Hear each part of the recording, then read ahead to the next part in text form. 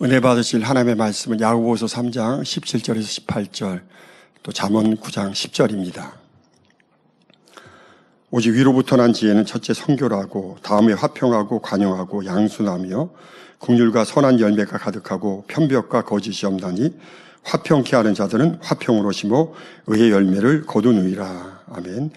여호와를 경외하는 것이 지혜의 근본이요 거룩하신 자를 아는 것이 명철이니라. 아멘.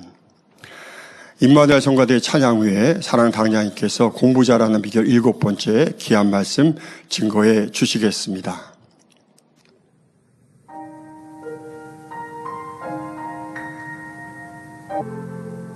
아멘.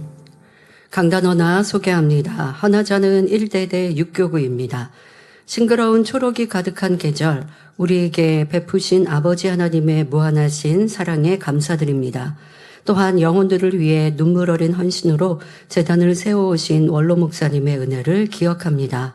우리에게 천국 소망을 풍성히 심어주시며 영혼 구원을 위해 쓰시는 당회장님의 인도하심을 따라 육교구가 성령으로 충만하여 힘차게 나아가겠습니다.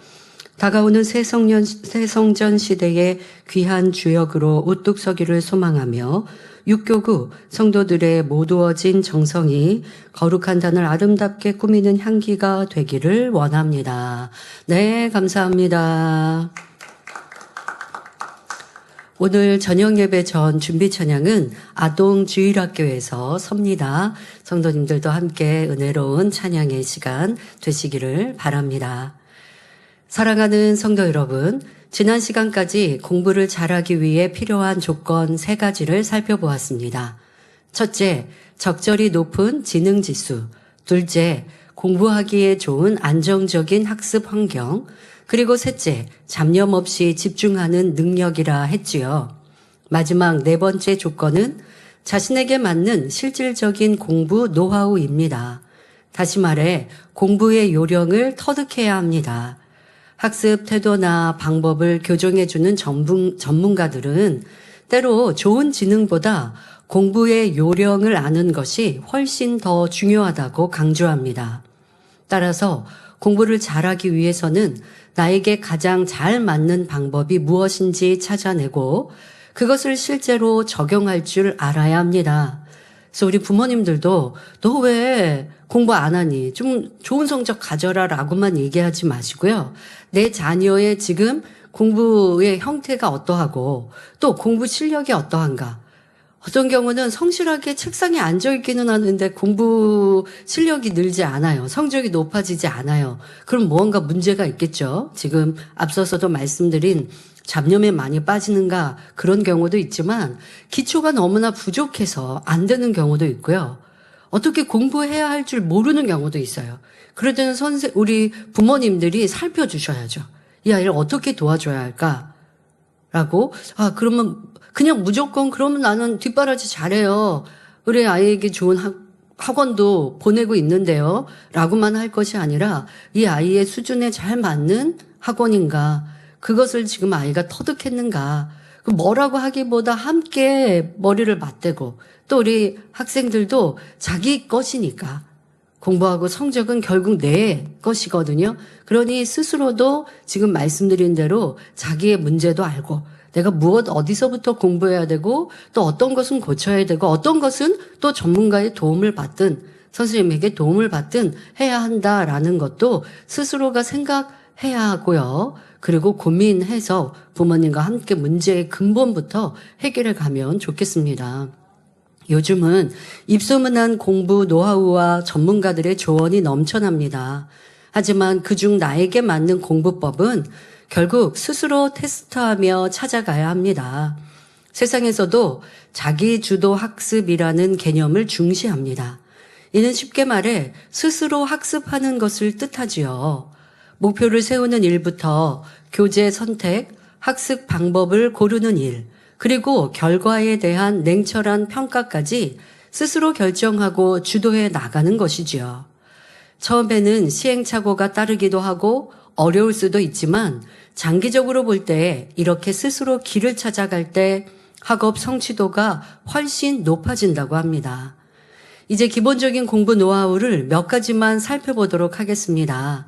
이를 토대로 여러분만의 창의적인 실력 향상 전략을 세워 보시길 바랍니다. 신앙생활이든 우리의 삶에서도 그래야 합니다. 누군가 뭐 이렇게 해서 성공했다. 나는 뭐 이렇게 하니까 살이 빠졌다. 난 이렇게 하니까 건강이 좋았다. 또 신앙 안에서도 나는 이렇게 해서 믿음이 성장을 했고 응답받고 축복받았다. 많은 간증과 사람들의 형편 상황들이 있습니다. 하지만 그것을 듣는 건 좋습니다. 그리고 나도 도전해 보는 것도 필요해요. 그러니까 나한테 맞는가 안 맞는가도 분명히 있습니다. 아니, 진리 안에서는 나한테 맞고 안 맞고 없고, 누군가가 이렇게 해서 응답 축복받았으면 나도 함께 해보는 것 좋지요. 그렇게 해서 내 것 삼아가고 또 깨우치는 거 필요합니다. 내 세상에 있는 것들은 똑같은 어떤 목표여도요, 방법이 다 달라요. 운동에도 어떤 사람은 달리기가 좋은 사람이 있는가 하면 무릎이 별로 좋지 않으면 또 달리기는 좋지 않고 걷는 게 나을 수도 있고, 너무 건강하고 건장한 사람이 걷기만 하면 또 살이 안 빠진다고 얘기해요. 이런 사람은 적절하게 달리기도 하고, 달리기도 속도도 빠른 게 좋은지, 천천히 달리는 게 좋은지, 자기의 체력, 사람마다 달라요. 그 사람이 이렇게 얘기해서 저 그렇게 했더니 안 됐는데요? 남을 핑계댈 수 없어요. 그러니 여러분들이 이것도 저것도 취해보기는 하나 자기의 방법을 내게 좋은 거, 이것을 만들어가는 게 필요하죠. 그래서 작년 성도님들도 무엇을 공부할 때도 여러분들이 직장에서 사회 생활을 하면서 또 내 삶을 더 윤택하게 만들기 위해서 자기만의 발전이 필요합니다. 또 우리도 계속 공부해 가야 하거든요. 그 공부의 습관도 여러분들에게 잘 맞는 것이 무엇인가를 찾는 것, 그것이 중요하겠습니다.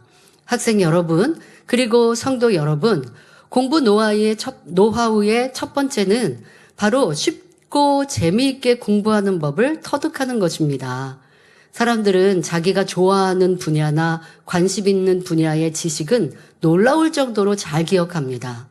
예를 들어 스포츠를 좋아하는 사람은 스포츠 스타의 키, 몸무게 같은 신체 조건부터 경기 성적, 포지션별 특징까지 줄줄 꿰고 있습니다.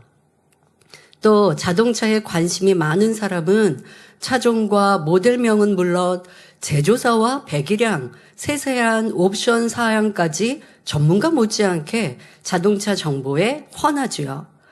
이 사람들은 그런 지식들을 힘들게 억지로 외웠을까요? 아마 대부분 그렇지 않을 것입니다. 그저 좋아서 관심을 가지다 보니 어느새 자연스럽게 머릿속에 각인된 것입니다. 공부도 이와 마찬가지이지요. 공부를 재미있는 것, 해볼 만한 것으로 느끼기 시작하면 더 잘 됩니다. 자, 그런데 이렇게 해볼 만한 것, 재미있는 것으로 만들기 위해서 오늘은 공부하는 여러분들 노하우를 만들라고 설명을 합니다. 근데 이것마저도 한두 가지의 예지. 여러분들 스스로가 찾아가야 되는데 공부는 해야 할 만한 것, 또 즐거운 마음으로 해야겠다라고 할 수 있는 것이 가장 중요한 건 이 공부를 통해 여러분들의 삶이 더 나아지고 또 하나님께 영광 돌릴 수 있고 또 이것이 내가 학생의 본분이고 스스로 우리가 첫 번째 말씀드린 내가 왜 공부해야 하는지라고 하는 걸 스스로 느끼고 결정하는 데에서 비롯됩니다. 공부를 잘해서 내가 내 목표한 이 소망을 이룰 수 있다라고 한다면 힘들어도 하지 않겠습니까? 때로 세상 친구들은 힘든데 억지로 그냥 그 과정만 지나서 내가 목표를 달성하면 그 다음에 그냥 내 마음대로 하려고 이렇게 생각하는 학생도 있지만 하나님을 믿는 하나님의 자녀들은 목표에 달성하기 위한 과정도 또 즐거운 마음으로 꼭 해야 하는 거니까 한다면 이왕 할 거 즐겁고 재밌게 하지? 이런 긍정적인 이제 몇 시간 뒤에 설명합니다마는 여러분들이 진리의 마음을 가지면 똑같은 걸 해도 그런 마음을 가질 수 있어요. 그런데 세상 친구들 중에는 학생들 중에는 해야 하니까 억지로 또 부모님들도 그러죠. 너 지금 그렇게 공부하고 대학 가면 네 맘대로 해. 그러다가 정말 대학 가서 자기 맘대로 해서 뒤늦게 사춘기가 오고 뒤늦게 좀 말썽을 부려서 부모님이 내가 그때 그 말 잘못했구나. 그렇게 말하는 게 아니었는데 근데 부모님도 이것도 깨닫지도 못하세요. 내가 그렇게 말해놓고 이제 성인 된 자녀, 대학생 된 자녀에게 너 왜 이렇게 말을 안 들어 하면 자녀들 입장에서는 엄마가 이제 내 마음대로 해도 된다고 했던 때가 됐는데 나 엄마가 바라는 대로 부모님이 바라시는 대로 좋은 대학교 들어가 드렸고 이게 내 목표가 아니었고 부모님의 목표인 거예요. 부모님이 원하신 대로 열심히 공부해서 그렇게 대학교 잘 갔고 그 다음에는 내 마음대로 하라고 분명히 얘기하셨는데 조금 그래도 착하거나 양심이 있는 자녀들은 입 밖으로 부모님을 탓하지는 않고 속으로 그렇게 생각하고 내 마음대로 살고 그러지 않으면 입 밖으로 내서 부모님과 다투죠. 분명히 부모님께서 대학 가면 네 맘대로 하라고 하지 않으셨냐고. 그래서 나는 내 맘대로 하고 있다고 하면 부모님이 이제 속이 타시죠. 뭐 그때 가서 그래 내가 잘못 말했어. 부모님이 이러시나요? 또 말 바꾸시죠. 그렇게 말한 건 다 너 잘 되라고 그랬고 너 좋은 대학 간 거 그래 나 때문에 좋은 대학 갔으니까 이제 내 말 좀 더 잘 들어야지. 이러고 또 싸우신단 말이에요. 근데 그거 아무 소용 없어요. 그러니까 부모님들도 자녀들에게 자신을 위해서 자녀들을 위해서 공부하도록 자신이 즐겁고 재미있게 할 수 있도록 가르치는 게 좋은 부모님의 모습이고요. 학생들은 스스로 공부는 누구를 위해서 하는 게 아니라 나를 위해서 하되 그것을 이왕 해야 할 거면 즐겁고 재미있게 하자라고 생각하는 것. 그런데 그런 생각이 내 마음으로부터 되어지려면 내 마음에 진리가 있어야 가능해요. 신앙 안에 우뚝 서야 내 마음이 다스려져요. 아니 생각이야 좀 즐겁고 재밌게 하지. 우리 장년 성도님들도 꼭 해야 되는 일 즐겁고 재밌게 하면 얼마나 능률도 생기고 좋은 결과가 나올까요? 근데 그게 안 된단 말이에요. 그렇게 생각하고 싶다고 마음이 따라주고 육체가 따라주나요? 안 그래요. 그러니 진리의 사람이 돼야 되는 거죠. 진리의 사람이 되어지는 만큼 육적인 일들도요. 이게 내가 꼭 필요한 일이어서 한다? 그럼 재밌게 하게 돼요. 왜? 마음이 육체를 다스리니까요. 이 영의 사람, 마음을 옥토를 이룬 사람의 장점입니다. 그래서 이제 그런 말씀을 결론적으로 드리게 되는데요. 여러분들 우리 학생들이 즐겁고 재밌게 공부하고 싶죠. 그러면 너무 좋겠죠. 그런데 그러면 아직 영의 마음을 못 이뤘어도 공부라고 하는 것이 여러분들의 더 나은 성인이 되고 내가 더 나은 어른이 되고 내가 이후에 많은 것들을 선택할 수 있는 폭이 넓어진다라고는 생각해야 돼요.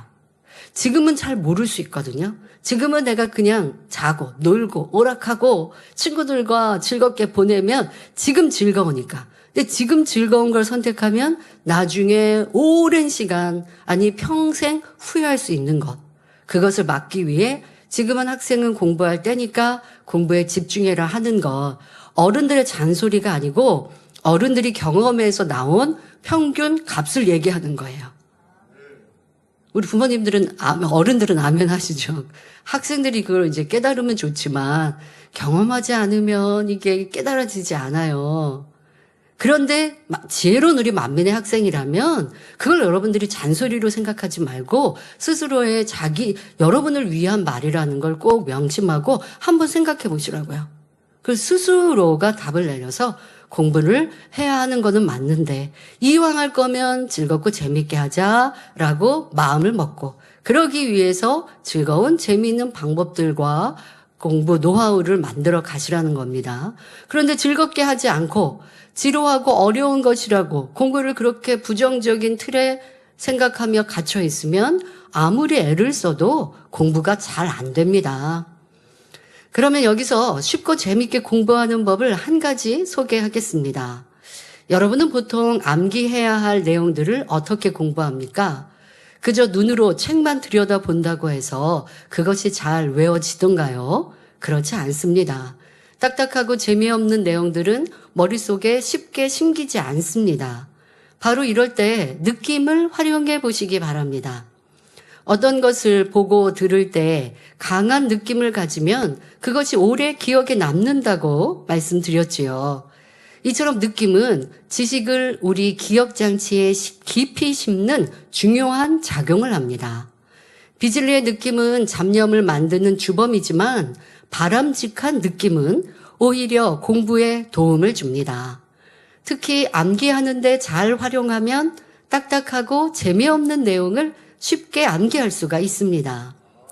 기억의 4가지 유형을 살펴보면 이 원리를 더욱 명확히 알 수 있습니다. 하나님께서 영혼6 중 혼의 작용에 대해 알려주시면서 기억의 유형을 4가지로 분류해 주셨습니다. 이 분류의 핵심은 보고 들은 것이 어떻게 기억되느냐에 따라 기억이 지속되는 시간이 다르다는 점입니다. 그냥 듣고 보고 기억이 똑같은 거 아닌가요? 똑같지 않다는 건 여러분 느낌이라는 이 요소가 우리에게 작용하여서 잘 기억되기도 하고 그렇지 않기도 한다라는 것 여러분들에게 전해드렸습니다. 그런데 느낌이라고 하는 것에서 기본이 되지만 기억에도 여러분들이 어떻게 듣고 어떻게 저장하고 하는 것에 따라서 몇 가지로 기억의 형태를 나눌 수 있습니다. 이것을 말씀드리는 이유는 가장 좋은 기억 방법을 여러분들이 알고 그렇게 기억하기 위해서 이렇게 하면 되는구나 라는 걸 터득하라고 설명하는 것입니다. 자, 기억의 첫 번째 유형은 흘려버리는 유형입니다. 무언가를 보고 들을 때 주의를 기울이지 않고 그냥 흘려버리는 것이죠. 그러니까 그냥 대충 듣고 대충 보는 거예요. 수업 시간을 한번 떠올려 보시기 바랍니다. 선생님이 뭔가를 열심히 설명해 주셨는데 잡념에 빠져 있느라 무엇을 들었는지 기억나지 않을 때가 있습니다. 전혀 주의를 기울이지 않았기 때문에 선생님 말씀이 한쪽 귀로 들어왔다가 고스란히 다른 쪽 귀로 빠져나간 것이지요. 이렇게 흘려버린 것은 머릿속에 남지 않습니다. 이 예배도 마찬가지죠. 제가 열심히 설교하지만 여러분들이 딴 생각 속에 있으면 이렇게 40분, 50분 설교해도 내 기억에 남는 게 없어요. 회의도 그렇고 사람들과 대화도 그렇고 어떤 경우 내가 제3자로 이렇게 대화 시간에 함께하고 있다? 그러면 중요하다고 생각 안 하는 거는 그냥 흘려들었기 때문에 기억에 남지 않고 나중에 그때 같이 있었잖아요 해도 저 기억 없는데요? 하게 되는 이유가 대충 들어서인 것이죠. 대충 듣는 거는요. 악한 말은 좀 대충 들었으면 좋겠고요. 그리고 이 진리는 꼭 마음에 심기셨으면 좋겠습니다. 자, 기억의 두 번째 유형은 담아두는 유형입니다. 수업 시간에 그렇구나 하고 고개를 끄덕이면서 선생님 말씀을 잘 들었습니다. 수학 어떤 공식을 가르쳐 주시고 문제를 풀어 주시니까 저 공식에 대입하니까 이 문제가 풀리는구나 하고 그냥 선생님이 칠판 또 설명하시는 걸 잘 들었어요. 듣는 그 시간에는 이해가 됐단 말이에요. 그래서 그 당시에는 확실히 안다고 이해했다고 생각했습니다. 그런데 문제는 며칠이 지나자 기억이 잘 안 나는 것입니다. 마치 뚜껑 없는 바구니에 대충 물건을 담아두었는데 이 대충 담아두고 뚜껑 덮지 않았으니까 작은 흔들림에도 쉽게 쏟아져 버리는 것과 같은 이치이지요. 그저 머릿속에 가볍게 담아두기만 한 지식은 이처럼 쉽게 잊어버리게 됩니다. 성도님들이 예배할 때도 그렇습니다. 은혜 많이 받았어요. 그런데 그리고 참 좋은 말씀이시다. 은혜 받았어요. 잡념 속에 예배 안 드리고 집중해서 예배 드린 것 같고 은혜 받았어요. 그런데 여러분 며칠 지나면 어떤가요? 기억이 안 남는단 말이에요. 이런 것들이 예배할 때도 신앙 안에서도 문제인 것이죠. 자, 기억의 유형 세 번째는 심는 유형입니다. 수업에 들어가기에 앞서 선생님이 오늘 배운 내용으로 이제 수업 시간 끝에 시험을 볼 거야. 한 개 틀리면 벌점 1점이다. 아니면 지금 이 쪽지 시험이 성적에 반영된다. 라고 말씀하셨다고 해봅시다. 그러면 아무래도 학생들이 집중해서 듣지 않겠습니까? 수업 내용을 기억하려고 애쓰며 집중할 것입니다. 이렇게 신경 써서 머리에 심어둔 지식은 비교적 오래도록 기억에 남게 됩니다. 그런데 이보다 더 오래가는 기억 유형이 있습니다.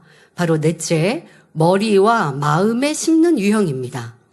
이는 무언가를 보고 들을 때 그것에 대한 정보를 머리에 입력할 뿐 아니라 그에 대한 인상이나 느낌을 마음에도 입력하는 유형입니다.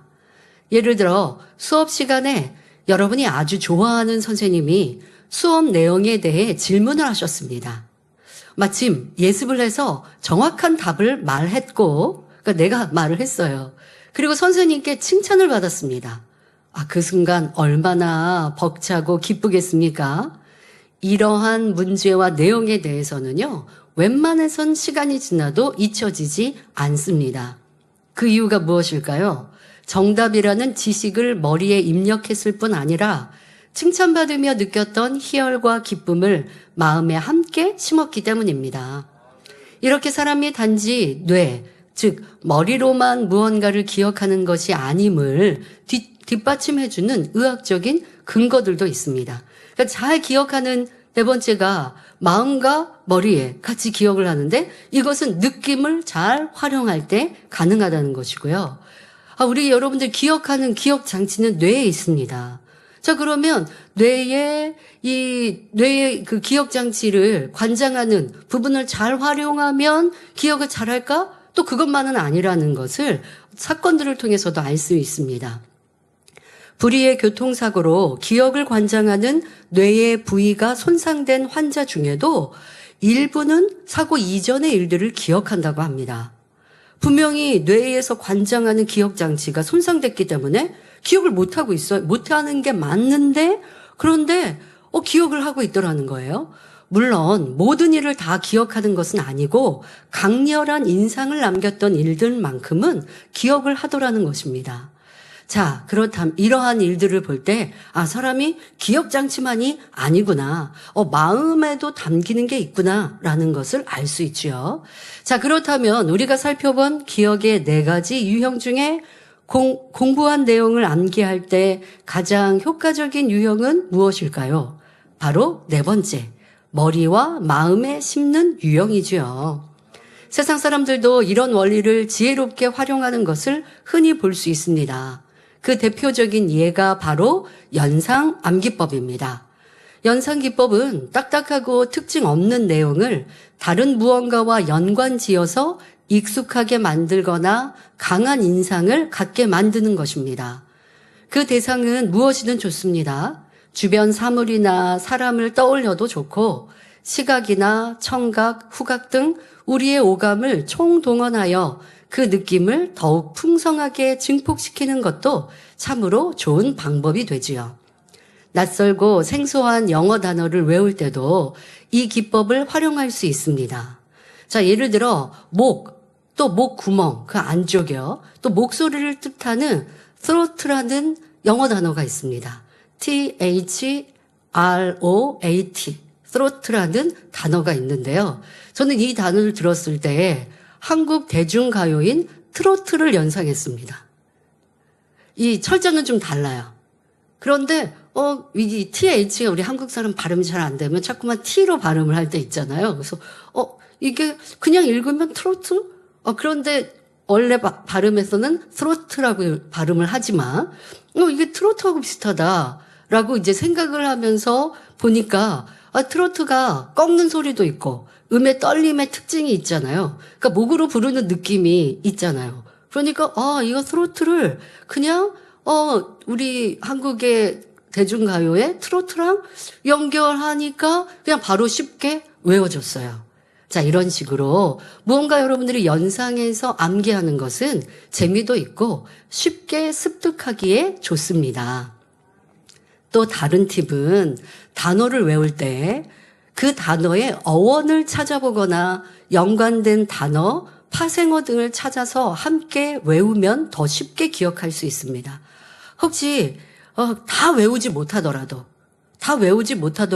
그래도 한 번씩 읽어보는 거는 여러분들이 그 단어를 외우기에도 좋고 나중에 또 그게 더 발전되어진 단어들로 사용될 때도 금방 이해하기가 좋지요.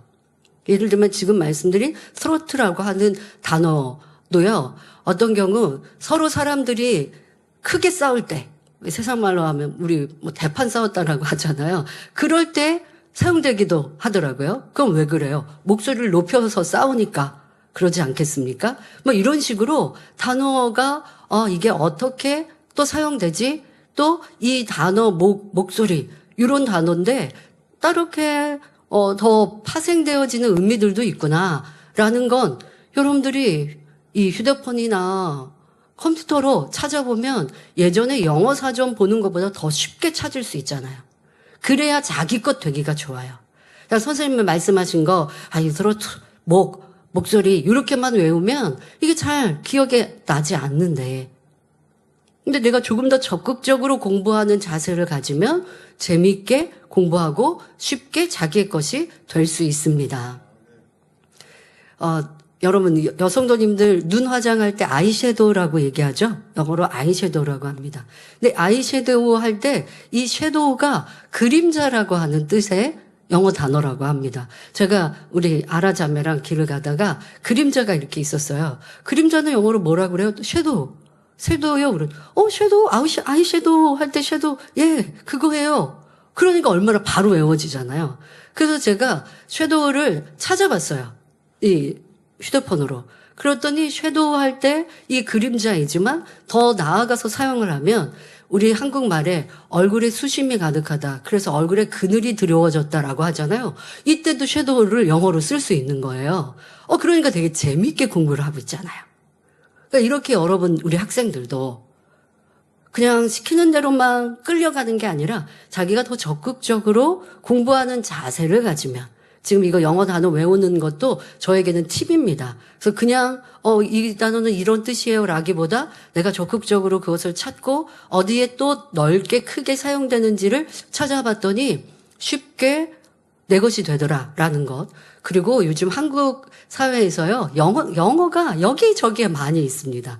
아이섀도우 얘기한 것처럼 이게 영어 단어예요. 그러면 영어 단어니까 그 단어를 우리가 조금 더 공부하면 풍성하게 많은 단어를 습득했다 할 수 있는데, 그런데 영어로는 썼는데 그게 어떤 단어지, 어떻게 사용되지 라고 하지 않으면 그냥 여러분들이 잊고 사는 거예요. 근데 특히 우리 학생들 요즘에는 가요에서도 영어가 참 가사들이 많은 것 같아요.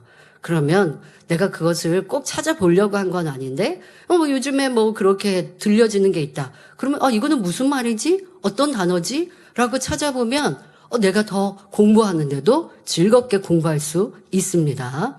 그래서 이렇게 좀 적극적으로 이왕 여러분들이 해야 되는 공부를 조금 더 주도적으로 하면 좋겠습니다.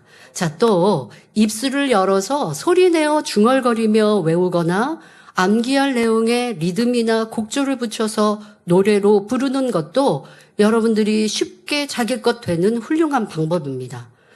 영어 단어 외울 때 저는 학창 시절에 그랬거든요. 이 노트에다가 이 연습장에다가 단어 철자 쓰죠. 철자 쓰고 그다음에 이거는 무슨 단어 이렇게 하면서 외웠던 기억이 나는데요. 그때 영어 발음 꼭 하고 하면서 또 이거는 throat, 목 구멍 이렇게 하면서 쓰는 것이 효과적이지, 눈으로만 보는 거는 잘 암기 안 되죠. 그러니까 쓰라고 하죠. 쓰는 거 눈으로 보고 쓰고 입으로 말하고 그러면 자기 것 되기가, 암기하기가 더 좋습니다. 어린아이들이 처음 구구단을 외울 때 일정한 리듬에 맞춰 노래하듯 외우게 하는 것과 같은 이치로 여러분들이 무언가 자꾸 입으로 내면서, 그래서 꼭 영어 단어뿐만이 아니라 수학 문제를 풀 때에도 아니면 역사 뭔가 암기를 할 때도 혼자 공부할 때 이것을 자기가 입으로 말하면서 풀거나 누군가에게 설명해 주면서 문제를 푸는 이러한 학습법도 있다고 합니다. 그러니까 내가 그냥 혼자 이것을 눈으로만 이렇게 하는 것보다 내가 설명해 주듯이 누구는 없어요. 상대는 없지만 누군가에게 설명해 주듯이 공부하면 그게 자기 것 되기 쉽다. 이러한 방법도 있고요. 참 여러 가지 노하우가 있지만 여러분들이 해보면서 내가 즐겁고 재밌게 할 수 있는 그것을 찾아가면 좋겠습니다. 그래서 이렇게 말로 또 아니면 뭔가 암송할 때에 노랫말 이런 거에 익혀서 곡조 있게 조금 단어들을 외우게 하면 쉽게 암송되는 그런 법들이 공부할 때도 있지요. 그래서 조선 왕조 할 때도 왕들의 이름 첫 글자를 따서 이렇게 외우게 하면 더 쉽게 외워지듯이요. 근데 성경도 마찬가지입니다. 성경책에 여러분 창세기, 출애굽기 이렇게 할 때 찾아야 되는데 이거 어디에 다음 뭐가 있지? 이거 모르면 여러분들 찾기가 어렵죠. 마가복음 하면 마태복음, 마가복음 이 순서를 알아야 찾기가 쉬워요. 그래서 이 성경책의 목록을 노래에 붙여서 외우는 이런 것도 있습니다. 창세기, 출애굽기, 레위기, 민수기, 신명기, 여호수아, 사사루기, 사무엘상하, 열왕기상하, 역대상하. 성도님들과 아시죠? 네, 이렇게 외우면 내가 열왕기상 몇 장 했을 때 열왕기상 앞에 이거지? 이렇게 해서 하기가 쉬운 거죠. 자, 외우려는 여러분들이 이렇게 좀 재미있게 즐겁게 자기의 공부법을 찾읍시다. 외우려는 대상과 관련 있는 촉감을 떠올리는 것도 도움이 됩니다. 예전 원로 목사님께서 지옥에 대해 설명하실 때 끓는 물에 손가락을 잠깐 담가보고라도 지옥의 무서움을 느끼라고 말씀하신 적이 있습니다. 물론 뜨거운 물에 일부러 손을 담그기는 어렵지만 어쩌다 불이나 끓는 물에 데워본 분들은 지옥의 고통이 마음에 더욱 와닿을 것입니다. 지옥의 무서움을 머리와 마음에 더 깊이 새길 수 있는 것이죠. 그래서 여러분들이 버려야 될 것, 끊어야 될 것, 이런 것들 지난 시간에 말씀드릴 때 이성에 대한 느낌도 세상에서의 이런 문화나 영상은 미화해서 만들어졌지만 절대 그렇지 않다라고 다른 느낌을 설명해 드린 것. 그러나 아무리 설명을 들어도 나는 상관없어요. 그냥 즐겁고 재미있는 일이에요. 한다면 자기 것이 되지 않으니 여러분들이 신앙 안에서도 주도적으로 해 가셔야 합니다. 학생 여러분, 쉽고 즐겁게 공부하는 방법을 한 가지만 더 설명하면 싫어하는 과목을 좋아하는 과목으로 바꾸시기 바랍니다. 싫다고 멀리하거나 잘하지 못한다고 포기해버리면 그 과목이 점점 더 싫어지고 성적도 떨어집니다. 그러면 좋아하는 과목의 점수가 월등히 높아도 전체 성적은 같은 자리를 맴돌 수밖에 없지요. 그러다 보면 공부의 능률도 떨어지게 되고요. 따라서 싫은 과목은 좋은 과목으로, 못하는 과목은 잘하는 과목으로 바꿔야 합니다. 그래야 공부가 더 재밌어집니다. 예를 들어 수학이 너무 싫고 어렵습니까? 마음을 굳게 먹고 원로 목사님께서 이렇게 말씀에 대입해서 비유해 주셨습니다. 야곱이 천사와 씨름해서 이겼듯이 수학을 이겨보라고 이런 말씀을 주셨습니다. 참고로 전문가들은 수학 성적이 인내심과 비례한다고 말합니다. 문제와 씨름해서 풀어내면 느낌이 달라집니다. 나도 할 수 있구나라는 자신감이 생기면서 수학의 인상이 달라지지요. 이때 주의할 점은 쉬운 문제부터 도전해야 한다는 점입니다. 처음부터 너무 어려운 문제를 골랐다가 실패하면 역효과가 날 수 있지요. 평소 영어를 싫어하는 학생들도 이 방법을 꼭 한번 실천해 보시기 바랍니다. 그래서 지금 제가 말씀드린 대로 우리가 생활 속에서 많이 사용되고 있는 단어들, 그런 단어들을 찾아보고, 그리고 여러분들이 이 단어 내가 어디에서 좀 들어봤는데 파생되는 단어들도 보면요. 그러면은 외워지기가 쉬운 것이죠. 그렇게 하면 내가 이 단어에서 이 단어로 파생했는데 이거 이렇게 해서 연결해서 외우니까 쉽게 외워졌어. 이게 재밌거든요. 그런 여러분들이 되면 좋겠습니다. 주님께서 원수도 사랑하라 하셨지요. 순종하는 마음으로 영어를 사랑하려고 노력해 보세요. 무조건 멀리하기보다 그 과목이 가진 유익하고 재미있는 점들을 하나하나 찾아보는 것입니다. 오히려 다른 과목보다 시간을 조금 더 투자하여 마치 친한 친구와 교제하듯 그 과목과 놀아 주십시오. 그리고 스스로 정해둔 공부의 시간을 묵묵히 채워냈다면 자신에게 따뜻한 칭찬과 함께 스스로 상도 주고요. 그러니까 내가 잘 못하는 과목은 조금 더 시간을 내야죠. 그래서 여러분들 전에 말씀드렸던 것이 이제 규칙적으로 내가 일정표를 짜서 공부해라 말씀을 드렸어요. 오늘 하루의 공부 분량, 또 일주일의 공부 분량을 이렇게 계획성 있게 하라고 말씀을 드렸어요. 그러면 그중에 잘 안 되는 과목, 못하는 과목, 성적이 낮은 과목은 더 시간을 내어야 돼요. 근데 하다 보면 재밌지가 않아서 그 과목 책 덮고 싶거든요. 그러나 묵묵히 해봐야 돼요. 그렇게 해야 재미있어지고 친해질 수 있는 것이죠. 그리고 그렇게 했다면 내가 오늘 할당할 부분 했어요. 다 했으면 스스로 또 즐겁게 여러분들이 조금 머리도 맑아질 수 있는 무언가 재미있는 스스로의 상도 주는 것이죠. 그것은 가벼운 운동을 해서 긴장을 푸는 것도 좋고 찬양을 들으며 머리를 환기시키는 것도 있습니다. 또 맛있는 간식을 먹는 것도 좋습니다. 이렇게 목표를 달성할 때마다 스스로 보상을 주고 격려해 준다면 그 안에서 성취감을 맛볼 뿐만 아니라 인내력도 자연스레 길러지게 됩니다. 이런 식으로 시간과 노력을 투자하면 싫은 과목이나 못하는 과목도 점점 좋아지고 잘하는 과목으로 바뀝니다. 나아가 학업의 능률이 오르고 성적이 향상되는 기쁨을 맛볼 수 있지요. 자, 우리 작년 성도님들도 마찬가지입니다. 내 삶 가운데 유독 내키지 않고 싫어하는 일이나 못하는 일을 마냥 피하기만 하지 말고 좋아하는 일로, 잘하는 일로 바꿔보시기 바랍니다. 그래야 할 때 여러분의 삶 가운데 영육 간의 눈부신 발전이 따를 것입니다. 작은 것, 못하는 것 작은 것, 싫어해서 피하는 것 작은 것 하나도 바꿔가시면요. 여러분들이 달라질 수 있어요. 왜요? 내가 그거 못한다고 해서 사람과의 관계에서도 계속 피했고, 나 그거 못해요, 안 해요 했는데 이제는 내가 조금씩 하다 보니까 즐겁고 조금씩 잘하게 되면 사람들과 꺼려하는 것도 없게 되어지잖아요. 그러면 성격도 적극적으로 바뀌게 됩니다. 자, 예를 들어서 운동을 싫어한다면 이 또한 고쳐야 합니다. 산책하며 걷기, 집에서 홈트레이닝으로 근육 운동하기, 기상이나 잠들기 전 스트레칭하기. 자, 이런 작은 실천은 건강을 유지하는데 꼭 필요합니다. 그런데 하기 싫어서 아니면 게을러서 하지 않으면서 여기저기가 아프다, 피곤하다 한다면 공의에 맞지 않지요. 자, 우리 여성도님들, 엄마 되시는 분들, 집에서 예를 들면 아들, 남편은 좀 활동적이셔서 운동하고 하는 거 좋아요. 그런데 엄마가 꼭 그런 거 안 한대요. 예를 들어 수영장을 갔는데 엄마는 수영 안 한다고 그냥 수영장 밖에 앉아 있어요. 그러면 남편과 아들이 재미있을까요?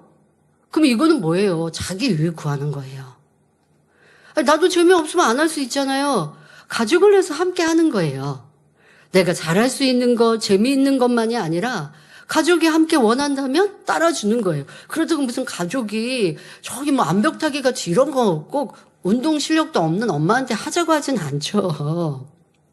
근데 보편적으로 할 수 있는 걸, 나는 평생 운동 안 했어. 그래서 싫어. 그러면 가족들이 재미없어요.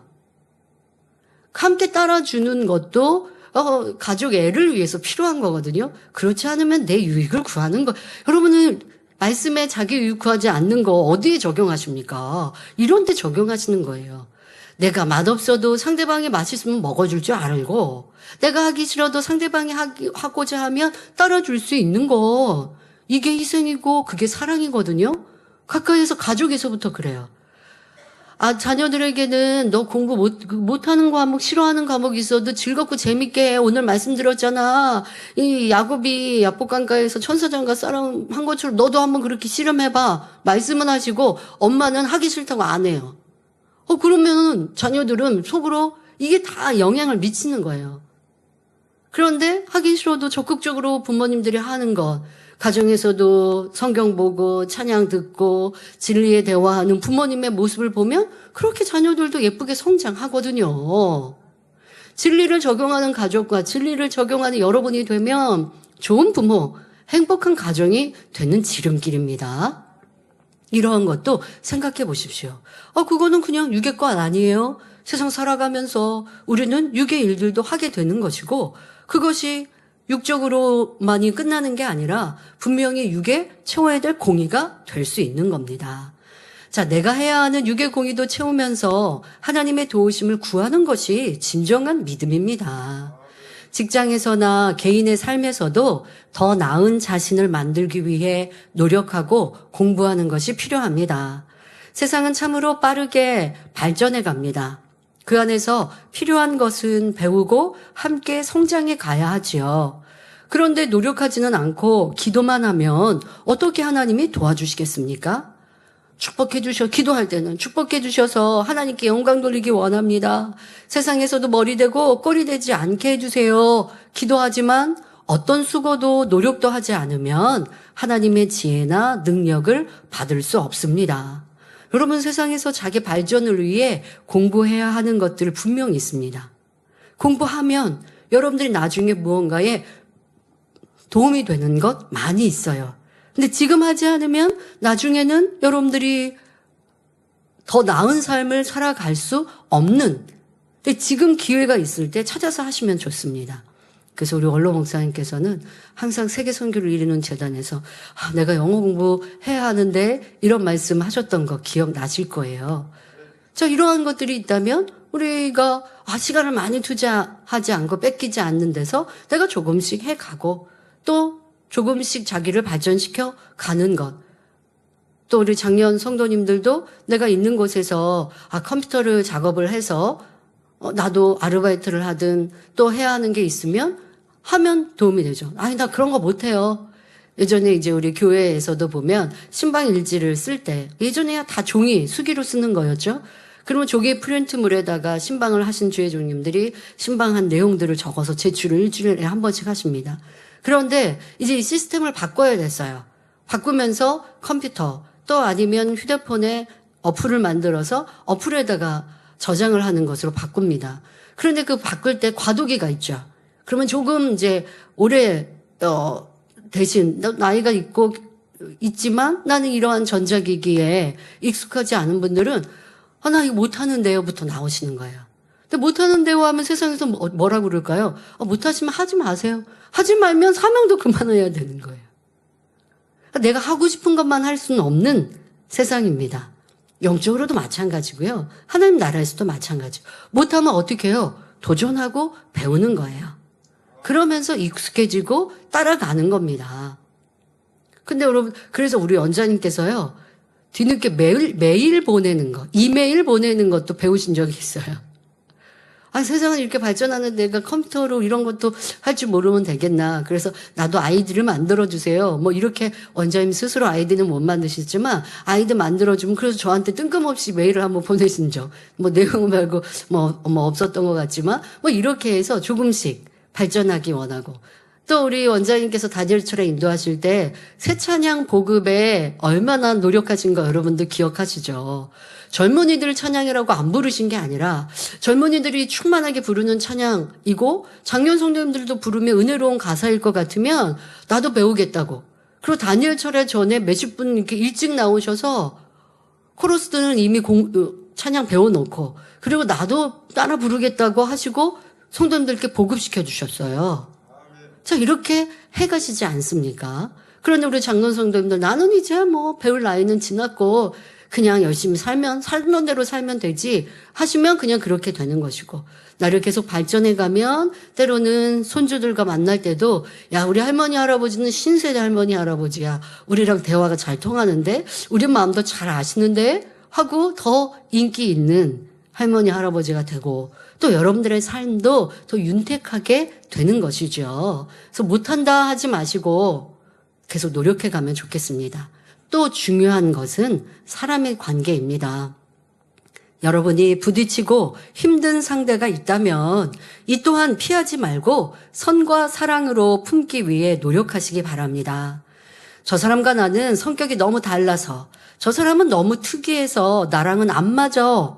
그러니까 그 사람 말고 내가 다른 사람과 좋은 관계를 이루면 되지 하고 그 사람과는 관계를 포기하는 경우가 있는데요. 그러지 마십시오.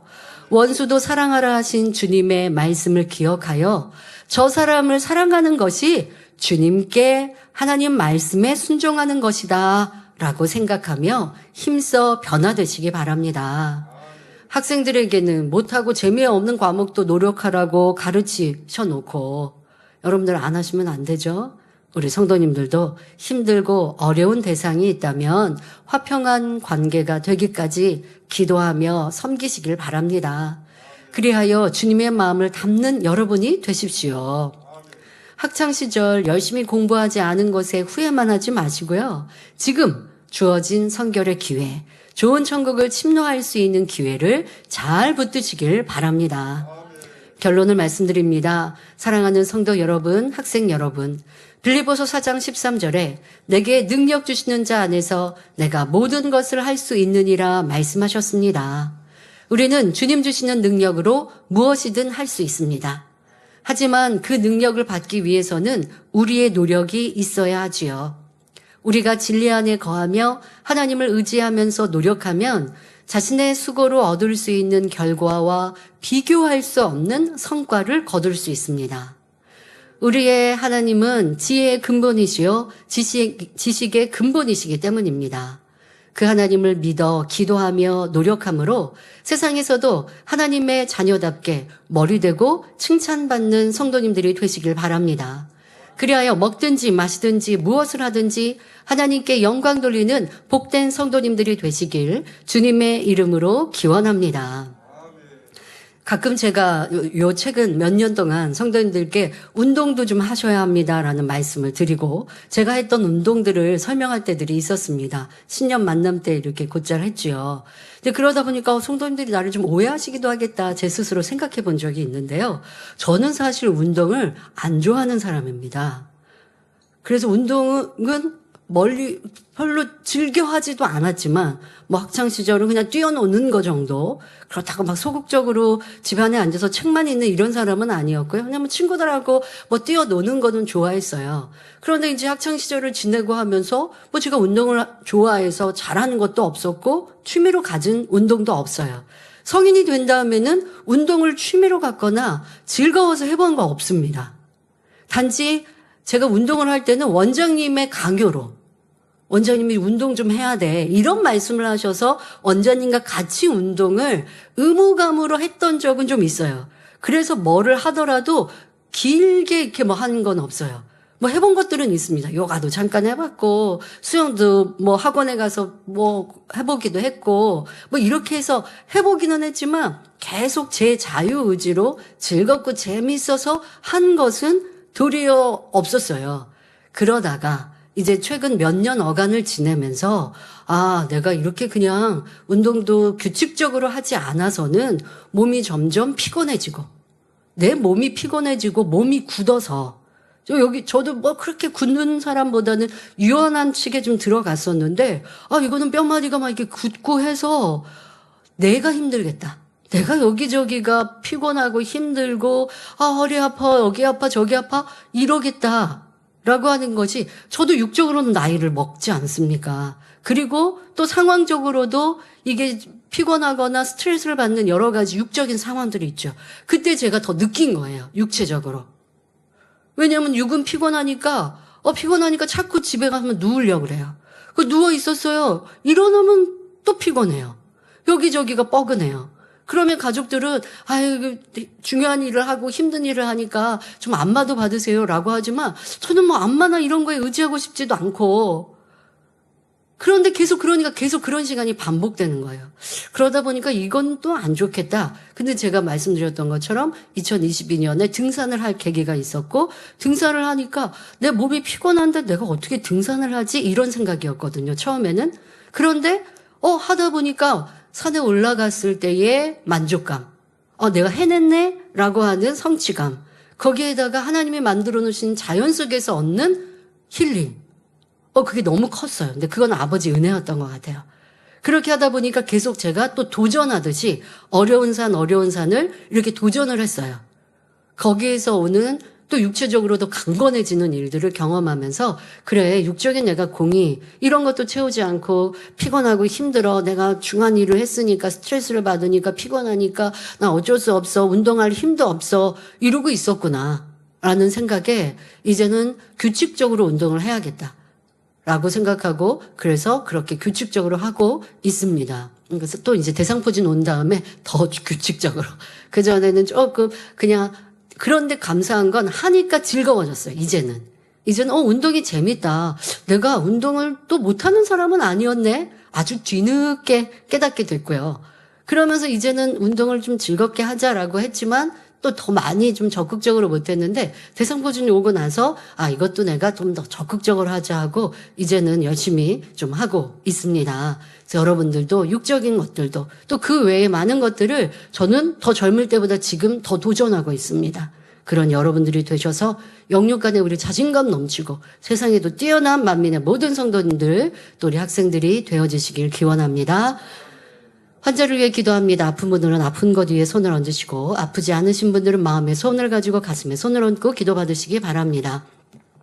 좋으신 아버지 하나님 이 시간도 함께 예배하며 기도하는 모든 성도들마다 친히 안수하여 주옵소서. 머리부터 발끝까지 뼈바디 오장 육부 신경조지 세포 이르기까지 성령의 불로 태워 깨끗하고 강건케 하옵소서. 예수 그리스도 이름으로 명하노니 원수마귀 사탄 어둠들아 다 물러가며 떠나갈지어다. 부정적인 생각도 물러갈지어다. 영적인 믿음 갖게 하여 주옵시고 아버지 하나님의 뜻을 알아 순종하며 행할 때에 치료와 응답으로 함께하여 주옵소서. 모든 질병균들 연약함들 성령의 불로 태워 강건함 주옵시고 양눈도 잘 보이는 눈 마음껏 걷고 뛰며 강건한 육체가 되게 하여 주옵소서. 또 우리 학생들 공부하고 싶은 마음 주옵시고 또 그렇게 순종할 때에 성령님께서 은혜 주시고 능력 주시고 할 수 있는 지혜와 명철함도 더하여 주옵소서. 한 주간도 학생의 봄은 잘 감당케 하여 주옵소서. 전국 전 세계 만민의 모든 교회와 사랑하는 성도님들을 지키시고 보호하시며 어떤 사고 위험 틈타지 엇보지 못하도록 성령의 불담으로 천군 천사 주님의 불꽃 같은 눈동자로